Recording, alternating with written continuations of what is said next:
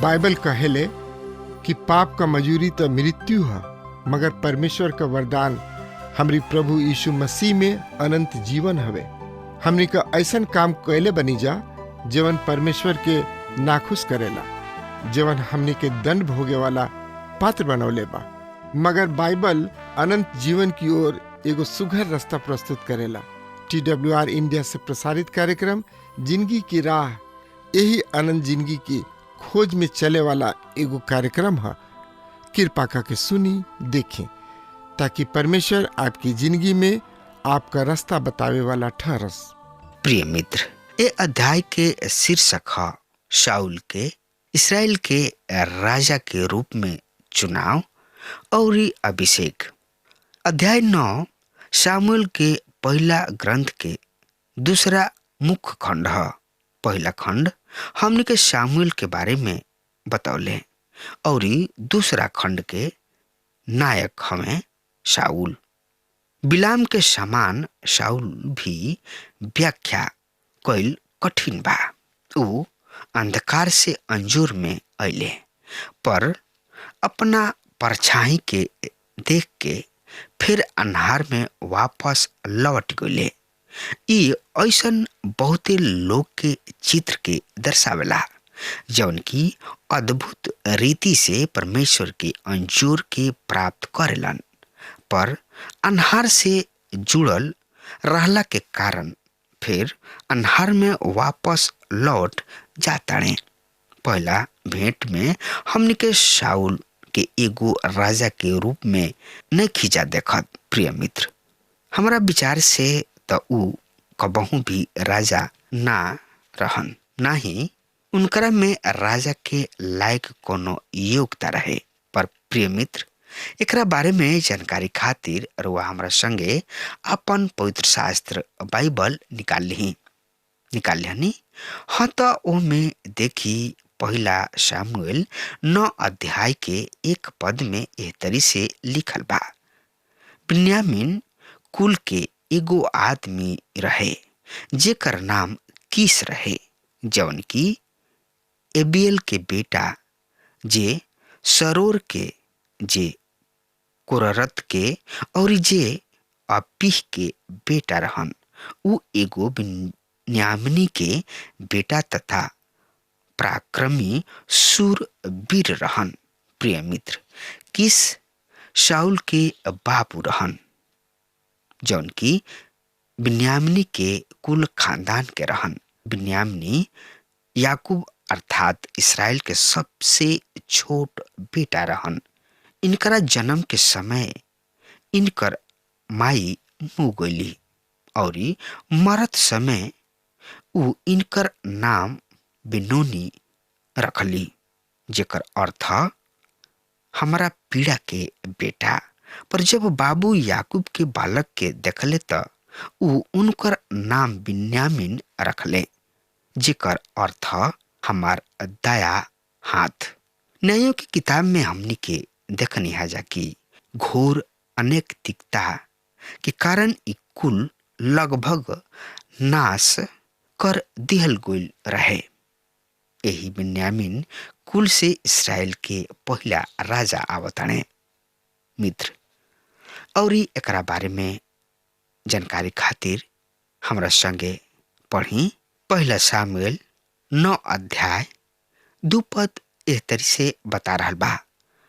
उनकर एगो बेटा रहे जेकर नाम शाऊल रहे।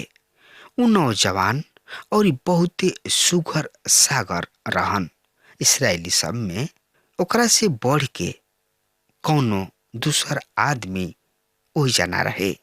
ऊ अतना लंबा ऊंचा रहन कि प्रत्येक उनका गर्दन तक ही होत रहे। प्रिय मित्र, शाऊल बहरी से राजा जैसन दिखाई देत रहन, पर उनकर दिल राजा जैसन ना रहे।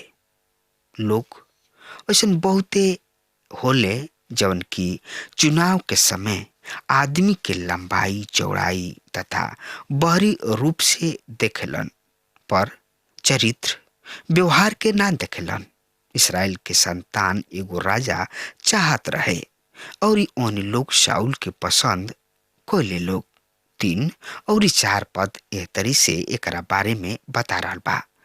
तब ऐसन भइल कि शाऊल के बाबू किस के गदही सब भुला गोलिन सा।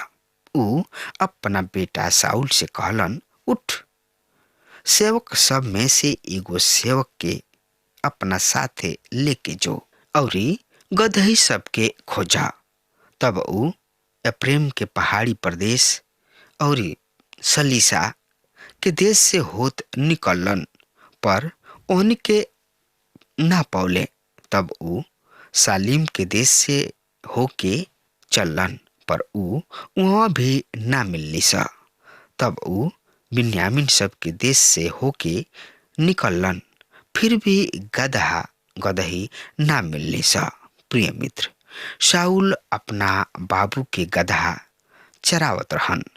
ऊ सही में अपना बाबू के भुलाइल गदहा सब के खोजत रहन और इसराइल के गदहा एगो राजा के खोजत रहे और दोनों वापस में मिल गइल। आई देखल जाओ एकरा बारे में 5 पद से लेके 9 पद का बता रहल बा। सुनी ध्यान से। जब यूसुफ के देश में अइलन, तब शाऊल अपना साथ के सेवकन से कहलन, आवा लोग, हमनी के घरे लौट जाई जा। कहीं ऐसा ना होके कि हमार बाबू गदहियन के चिंता छोड़ के हमनी के चिंता करे लागस। तब सेवक उनका से कहलस, देख, ए नगर में परमेश्वर की एगो जन बाणे जौन की लोगन में आदरणीय हवे। ऊ जवन कुछ कहलन ऊ निश्चय सच तथा सही होला। आवा हमनी के वहाँ चली जा। जौना यात्रा पर हम निकलल बानी ओकरा बारे में ऊ हमनी के कुछ बता सके।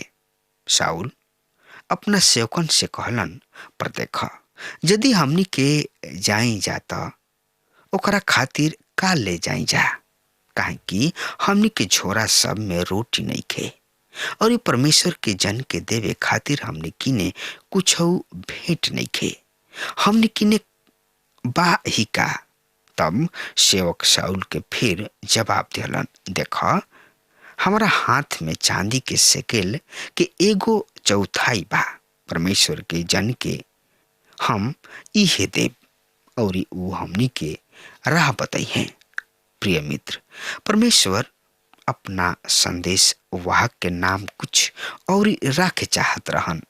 दर्शी सामान्य नाम रहे, इससे परमेश्वर उनकर नाम नबी अर्थात भविष्यवक्ता रखले।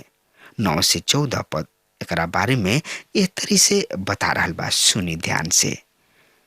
पूर्व काल के इसराइल में जब कोनो आदमी परमेश्वर से पूछे कि जाले तो ऊ कहत रहन, आवा हमनी के दर्शी के पास चली जा, काहे कि अब जौन की नबी कहाले ऊ प्राचीन काल में दर्शी कहात रहन। तब शाऊल अपना सेवकन से कहलन, तू ठीक कहला, हाँ, आवा चली जा। ऊ नगर के कोयलन जहाँ परमेश्वरी हवा के जन रहन।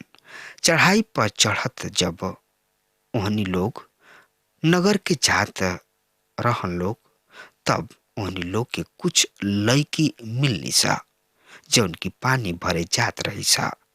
ऊ ओहनी से पूछलन, का दर्शी यहाँ में रहलन, यानी कि यहाँ में बाणे?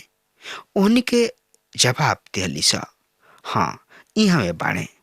देखा, ऊ तोहरा आगे आगे जा रहल बाणे, जल्दी करा, ऊ आज ही नगर में आयल बाणे, काहे कि आज लोग ऊंचा स्थान पर बलि के आयोजन कइले बाणे। जैसे ही तू नगर में घुसब, इससे पहले कि ऊ ऊंचा जगह पर खाना खाए जास, तोरा से उनका से भेंट हो जाई। काहे कि लोग उनका पहुँचे से पहले खाना ना खई हैं। बलि खातिर उनके के धन्यवाद करे के होई। इससे जल्दी जा उ तोहनी लोग के यही समय मिल जाई। उ नगर में चढ़ गुलन। जैसे उ नगर में पहुँचले शामुएल ऊंचा स्थान के जाए खातिर उनकरा ओर बढ़त चलत आवत रहन। प्रिय मित्र, शामुएल नबी खुद उनकरा ओर बढ़त चलल आवत रहन। 15 से 20 पद एकरा बारे में ए तरी से बता रहल बा। शाऊल के आवे से पहले एक दिन पहले परमेश्वर यहोवा शामुएल पर ई कह के प्रकट क देले रहन, काल यही समय हम बिन्यामीन के देश से एगो आदमी के द्वारा कीने भेजब। तू हमरा प्रजा इस्राएल के राजा होके खातिर उनकर अभिषेक करिहा। उहे हमरा प्रजा के फलिस्तीनी सब के हाथ से छुटकारा दिहे, काहे कि हम अपना प्रजा पर ध्यान देले बाणे। उनकर पुकार हमरा तक पहुँचल बा। जब शामुएल शाऊल के देखले तो परमेश्वर यहोवा उनका से कहले, देखा इहे उ आदमी ह जेकरा बारे में हम तोहरा से कहले रही कि इहे हमार प्रजा पर राज करी हैं। तब शाऊल फाटक के पास शामुएल से आ मिलले और कहले, कृपया हमरा के बताओ कि दर्शी के घर कहाँ बा। शामुएल शाऊल के जवाब दिहलन, हम ही दर्शी हई, हमरा से पहले ऊंचा जगह पर चढ़ जा, काहे कि तू आज हमरा संगे खाना खइबा। फजीरे हम तोहरा मन के सब बात के बता के तोहरा के जाय देब। जहाँ तक तोहार गदही सब के सवाल बा, जौन की दिन पहले भुला गोल रही सा, ओकर कोनो चिंता मत करिहा, काहे कि उ मिल चुकल बाड़ी सा। इस्राएल में जवन चाहे जोग बाड़ी सा उ केकरा खातिर ह, का उ सब तोहरा और तोहरा बाबू खातिर के। तब शाऊल जवाब दिहलन, का हम बिन्यामीन गोत्र के ना हई, जौन की इस्राएल के कुल खानदान में सबसे छोट हई? फिर का तोहार परिवार सबसे नगण्य ना? फिर तू हमरा से ऐसन काहे कहतड़ा?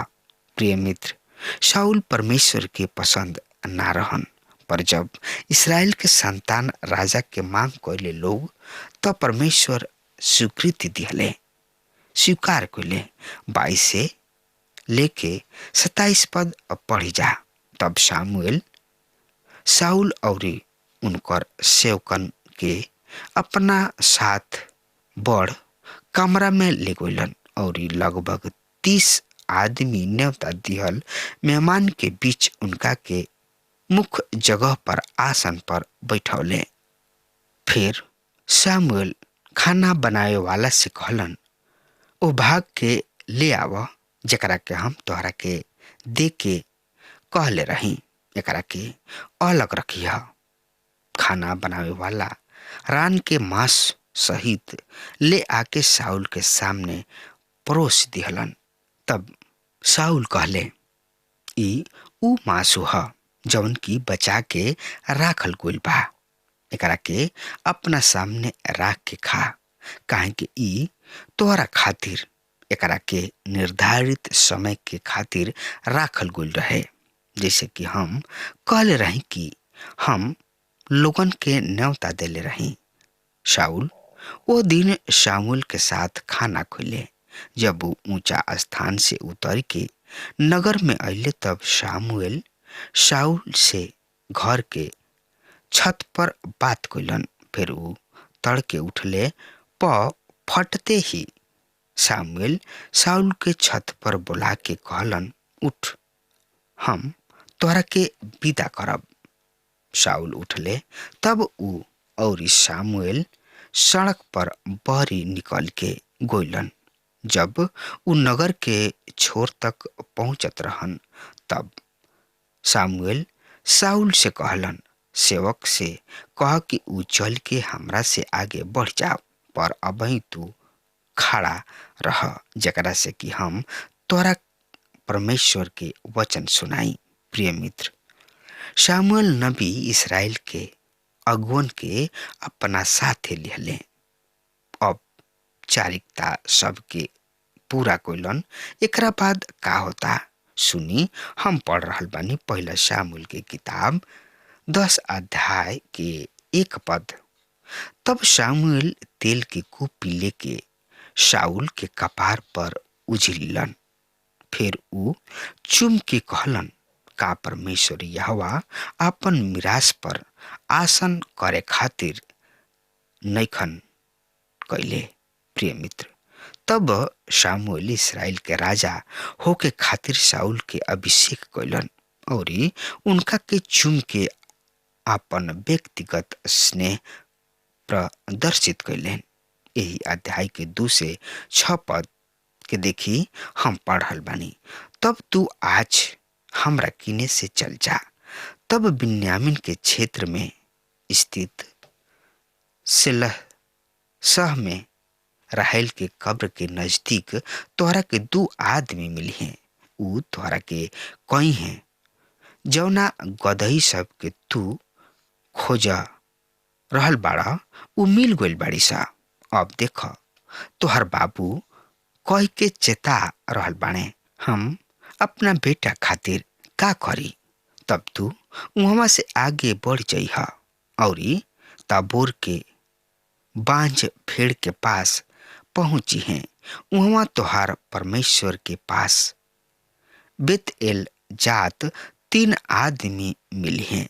ओकरा में से एगो आदमी बकरी के 3 गो बच्चा, दूसरा 3 गो रोटी और तीसर का 3 गो कुप्पी दाख मधु ले ले रही हैं और उ तोहार अभिनंदन करी हैं और तोहरा के 2 गो रोटी दी हैं, जेकरा के तू ग्रहण कर लिहा। एकरा बाद तू परमेश्वर यहोवा के पहाड़ी पर पहुंचबा, जहाँ फलिस्तीनी सब के छावनी बा। और ऐसन होई कि जैसे ही तू नगर में प्रवेश करब, यानी कि घुसब, नबी सब के एगो दल अपना आगे सितार, डप, बसुरी और बीना ले ले ऊंचा स्थान से उतरत तोहरा के मिली हैं और उ तोहर नबूवत कर रहल हुई हैं। तब परमेश्वर यहोवा के आत्मा तोहरा पर प्रबलता से उतरी हैं, जौना से तू भी उनकरा साथे नबूवत करे लगी है और तू बदल के और ही आदमी बन जीवा। प्रिय मित्र, अब सवाल ई उठाता कि का शाऊल सही में बदलल यानी कि परिवर्तित आदमी रहन? हम कहब कि ना, और रउआ शायद कह सकतानी कि प्रचारक परमेश्वर के वचन के विरोध करता। त आई देखी 6वां पद का करल बा। तब परमेश्वर की आत्मा प्रबलता से तोहरा पर उतरी और तू बदल के कुछ और ही आदमी बन जाइबा। यहाँ ऐसा नहीं के बतावल गइल कि तू नया आदमी बन जाइबा। का बिलाम पर परमेश्वर की आत्मा ना उतरल रहे, पर उनकर दिल परिवर्तन भइल। एकर कोनो सबूत हमरा किने नहीं खे। रउआ यहूदा इस्करियोती के बारे में का कहब? जब प्रभु जी अपना 12 चेलन के समर्थ और अधिकार के साथ भेजले तक का यहूदा आश्चर्य कर्म ना रहे? जरूर कैले। तो का रउआ कहब कि यहूदा के दिल परिवर्तन हो गई? इससे शाऊल के बारे में हम कुछ अभी नहीं कह सकत। 7 पद से लेके 19 पद के रउआ हमरा संगे देखी अपना पवित्र शास्त्र बाइबल में हम पढ़ रहल बानी। जब ई चिन्ह तोहरा के ई दिखाई देव, तब तू अवसर के अनुकूल कार्य करीह, काहे कि परमेश्वर यहोवा तोहरा साथ बाणे। तू हमरा से पहले गिलगाल जइह और देख, हम उहवा तोहरा किने होम बलि तथा मिल बलि चढ़ावे खातिर आई। 7 दिन तक तू हमरा आवे के इंतजार करत रही। तब हम तोहरा के जवाब यानी कि बताई कि आगे का करे के बा। तब ऐसन भइल कि ऊ शामुल से विदा होके खातिर पीठ फेरले। तबे ही परमेश्वर उनका दिल के बदल दिहलन। ऊ सब चिन्ह ओही दिन पूरा हो गईल। तब ऊ ओह पहाड़ी पर पहुँचले तो देखा नबी सब के एगो दल उनका के मिलल। तब परमेश्वर की आत्मा सामर्थ के साथ ओ पर उतरल, जौना से ऊ उनका बीच नबूवत करे लगले। तब ऐसन भइल कि जौन शाऊल के पहले से जानत रहन, जब वो अन्य नबी सब के साथ नबूवत करत देखले, तब ओहनी लोग एक दूसरा से कहलन, किस के बेटा के का हो गोल बा? का शाऊल भी नबी सब में से एगो हमें? ओहनी लोग में से एगो आदमी जवाब दिहलन, भला उनकर बाबू के ह? इसे कहावत चल पड़ल, का शाऊल भी नबी सब में से हमें? नबूवत खत्म होखला के बाद वो ऊंचा जगह पर गोलन। तब शाऊल के चाचा यानी कि काका ओकरा से तथा ओकरा सेवकन से कहलन, तू कहवा चल गइल रहुआ? ऊ जवाब दिहलन, गदही सब के खोजे खातिर। जब ऊ देखले कि ऊ ना मिलली स त हम शामुएल किने गोइनी। तब शाऊल के चाचा कहले, कृपया करके बताव कि शामुएल तोहरा से का कहले हा? शाऊल अपना चाचा यानी कि काका से कहलन, ऊ हमरा के साफ साफ बता दिले कि गदही सब मिल गइल बाड़ी सब। पर शाऊल राजा के बारे उनका के ई बात ना बतौले। प्रिय मित्र, जौना बात शामुएल कहले रहन, श्रोता, परमेश्वर शाऊल से कोनो बढ़िया चीज छिपा ना रखले। ऊ अन्य विषय है कि शाऊल असफल रहले। एकरे साथ अब हमार समय खत्म हो रहा बा। तब तक खातिर रउआ हमरा के आज्ञा देही। परमेश्वर रउआ के बहुते बहुते आशीष देस। आमीन। हमके विश्वास बा कि ई कार्यक्रम आप सब खातिर फायदेमंद सिद्ध भइल हुई। हम चाहतनी कि आप सब आपन आपन आशीष हमरों से बांटी। अगर आप सबके लगे बाइबल से चाहे आपकी निजी जिंदगी से क्यों सवाल होके चाहे क्यों समस्या खातिर प्रार्थना करावे चाहतनी तो हमारी फोन नंबर पर जरूर संपर्क करें। परमेश्वर आप सबके बहुत आशीष प्रदान करें और आज का दिन आप खातिर सुखद बनावे।